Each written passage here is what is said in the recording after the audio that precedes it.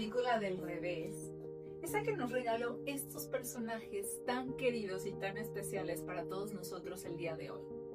Pero ¿a que no te has puesto a pensar que es una película que es brutal en cuanto a la relación entre los padres y los hijos? ¿Verdad? Es muy curioso.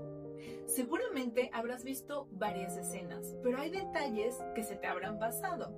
Por eso te voy a dejar una escena que me parece increíble y súper significativa para ver la relación que tienen los padres con los hijos, las emociones y cómo aprender a gestionarlas. Comenzamos.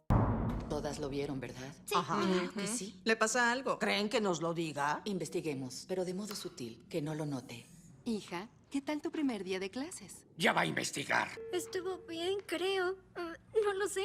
¿Le pasa algo sin lugar a duda? Nunca ha actuado de esta forma. ¿Qué sugieres? Averiguaremos lo que pasa, pero se necesita apoyo. Hazle señas al esposo. Oye, Riley, ¿qué tal la escuela? Fue grandiosa, ¿de acuerdo? Riley, ¿estás bien, hija? Oh, Ellie, no toleraré esa actitud. ¡Oh, quieres actitud! ¡Será un placer! No. ¡Sé feliz! ¿cuál es tu problema? Solo déjame sola. Jovencita, no sé qué esté causando esta falta tan grande de respeto. ¿Sí? Pues... Y aquí viene. Nos pondremos firmes. ¡Ya cierra la boca! Es todo. Ve a tu cuarto. ¡Ahora! ¿Has visto la escena a que realmente te has identificado?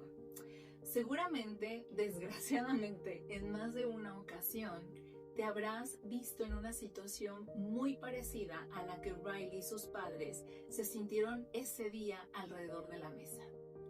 Y aquí pasan muchísimas cosas. Créanme que es tan curioso que prácticamente en 1 minuto o 2 podamos ver tantas cosas que vamos a analizar el día de hoy.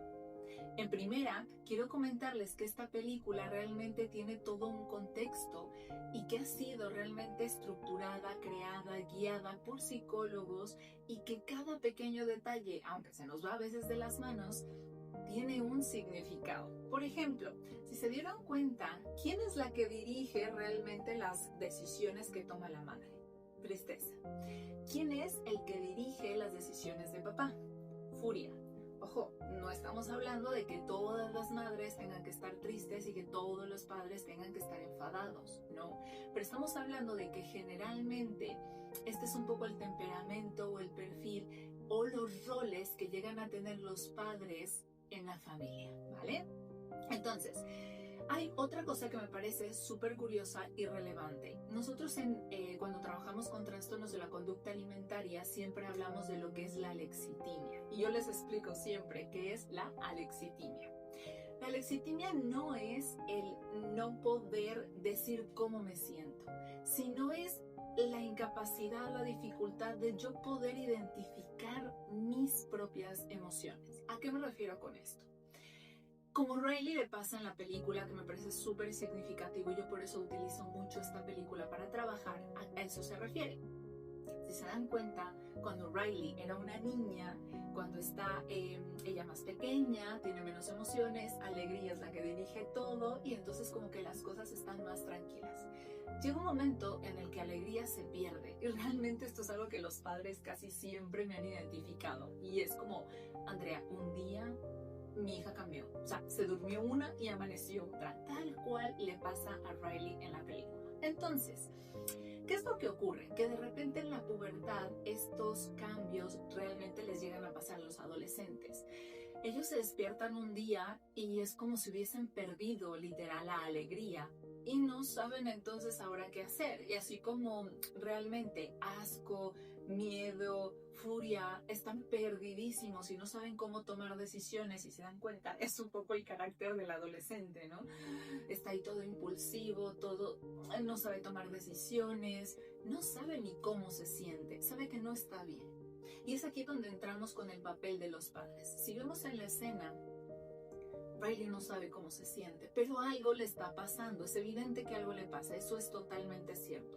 Pero ella no puede identificar lo que le está pasando porque es algo muy nuevo y literal es como una tormenta emocional que tiene ahí en su cabeza. ¿Qué ocurre? Que los padres, sobre todo, digamos que la madre, y si no la madre, la persona que es más sensible, más sensitiva, que tiene más conexión con las emociones, normalmente inmediatamente identifica el algo está pasando. Y entonces es ahí donde entra el papel de los padres, mecanismo de defensa, que entran como en estado de alerta de decir, algo le está pasando a mi hija, necesito ayudarla, necesito descubrir, y ahí se ponen como inspectores gadget de decir, necesito descubrir qué es lo que le está pasando para yo poder ayudarla. Claro, aquí el problema es que si hablamos de que en la adolescencia es muy común que tengan alexitimia y que no sepan identificar sus emociones, imagínense que de verdad Riley, sus hijos, no saben qué les pasa. Entonces cuando le preguntan, ¿no? Que nos ponemos, yo creo que este es uno de los errores que cometen los padres. Mi madre siempre decía que los padres son las personas que cometen los peores errores con las mejores intenciones. No pasa nada, aprendemos de ello. Y el día de hoy estamos aprendiendo acerca de ellos. Primer error que podemos ver ahí, realmente necesitar saber el que le está pasando a mi hija. Por si se dan cuenta, esto empieza a ser un interrogatorio. ¿Cuántas veces no hemos llegado a estar en una escena, que si no es en la comida, es en el coche o en algún lugar, de ¿y qué tal el día? ¿Y cómo has estado? ¿Y qué tal con los amigos? ¿Y qué tal con Juanita y Pedrito? O sea, y empezamos ahí como con ese interrogatorio, que realmente es un error, porque el adolescente, les repito, está en esa lucha de tratar de identificar sus propias emociones, y luego aparte está papá o mamá desde la angustia, desde la preocupación, querer saber lo que le está ocurriendo a su hijo para poder ayudar.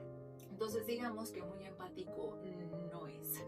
Además de que casi siempre los adultos quieren recopilar información sin ellos dar información, ¿no? Si yo también les pregunto a los padres, que este es un ejercicio que hago mucho con ellos, ¿qué tal el día? Muy bien, Andrea, muy bien, sí, todo bien. ¿Algo más que me quieran contar? Bien, no es una emoción. Entonces, si desde ahí empezamos con esa dificultad de nosotros como adultos de poder identificar emociones, hablar de emociones, compartir emociones, luego esperamos que los adolescentes, así por arte de magia, puedan hacer todo eso que no les hemos enseñado, ¿vale? Entonces, primer error es ese. Lo que podemos hacer es nosotros también empezar a compartir información de cómo nos ha ido el día, de cómo nos sentimos, pero no bien o mal, sino identificando emociones. Entonces, bueno, ahí es como podríamos empezar a corregir eso, ¿no? Primero, no empezar de inspector, sino intentar yo compartir el cómo me he sentido, pero a través de las emociones, no del bien y el mal. Y ya después de compartir esto, darle tiempo al adolescente para que él vaya poco a poco identificando sus emociones. Porque el error número 2, que en este caso comete sobre todo en la escena papá, que es el tomarse personal, digamos que el tono de voz con el que le contesta Riley.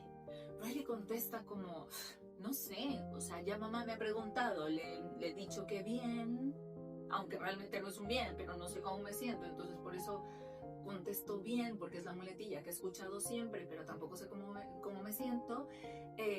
Papá me vuelve a preguntar, entonces ya contesto como un poco frustrada, porque yo realmente creo que no es el tono de voz que creemos los adultos, que a veces nos dicen los adolescentes de qué pesado, déjame en paz, sino como frustrada de no sé bien, o sea, que ni yo sé cómo me siento, pero tampoco tenemos comunicación asertiva para poder decirlo, ¿no? Porque sería muy asertivo que dijera, la verdad es que no tengo ni idea de cómo me siento, estoy un poco confusa, estoy rara, pero si algo me pasa, solo que no sé identificarlo. Gracias por preguntarme, por interesarte, cuando lo identifique te lo diré. Realmente creo que eso es muy idílico, no va a pasar, pero sí es lo que queremos o pretendemos lograr con los adolescentes, ¿vale? Entonces, ese sería el segundo error. Sentir que realmente el tono de voz con el que me está respondiendo mi hija va directamente dirigido a mí y que a lo mejor es una falta de respeto y tengo entonces yo que poner orden, ¿no? Como dice en la escena, firmes, y nos pusimos firmes, nos pusimos firmes, error, grandísimo error, porque ahí ya empezamos a escalar y realmente escalan. Riley y su padre en esa escena escalan, que seguramente les habrá pasado muchas veces en casa, que es, yo creo que me estás faltando al respeto, yo te pongo un límite, yo me enfado porque me estás poniendo un límite, que te estoy poniendo un límite y entonces yo exploto y como se te ocurre explotar y entonces te castigo. Y en este caso pues la manda a la habitación, pero puede ser cualquier otro tipo de castigo, quitarles el móvil, no dejarlo salir a algún lugar, etc. O decirles alguna palabra o alguna frase, digamos, infravalorándolos, o bueno, una frase o algo que los haga sentir que los están atacando a los adolescentes. Entonces ahí sería como el tercer error, ¿no? O sea, ponerle un límite a Riley por no saber cómo sentirse. Es verdad que en ese punto ya se había escalado todo, pero les he explicado un poco el por qué ha llegado hasta ese punto la situación, ¿no? Pero lo que Riley aprende, desgraciadamente, de esta escena es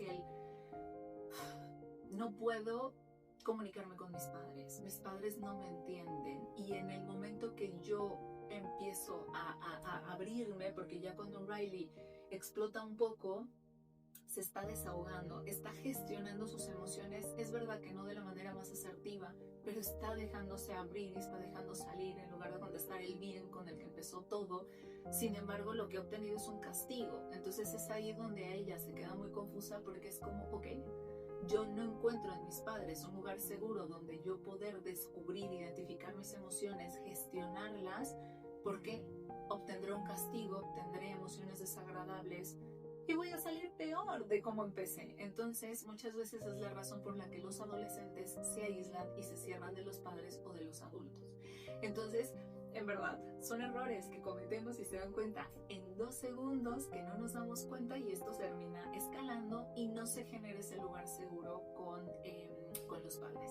Entonces, comunicación asertiva es la clave, de verdad, la clave para poder llegar a darles a los adolescentes, a sus hijos, un lugar seguro donde ellos puedan expresarse, compartir e ir identificando, aprendiendo a identificar sus emociones y aprendiendo a gestionarlas. Cometerán errores, sí, pero tienen que darse cuenta que tienen un lugar seguro para poder hacer todos estos cambios.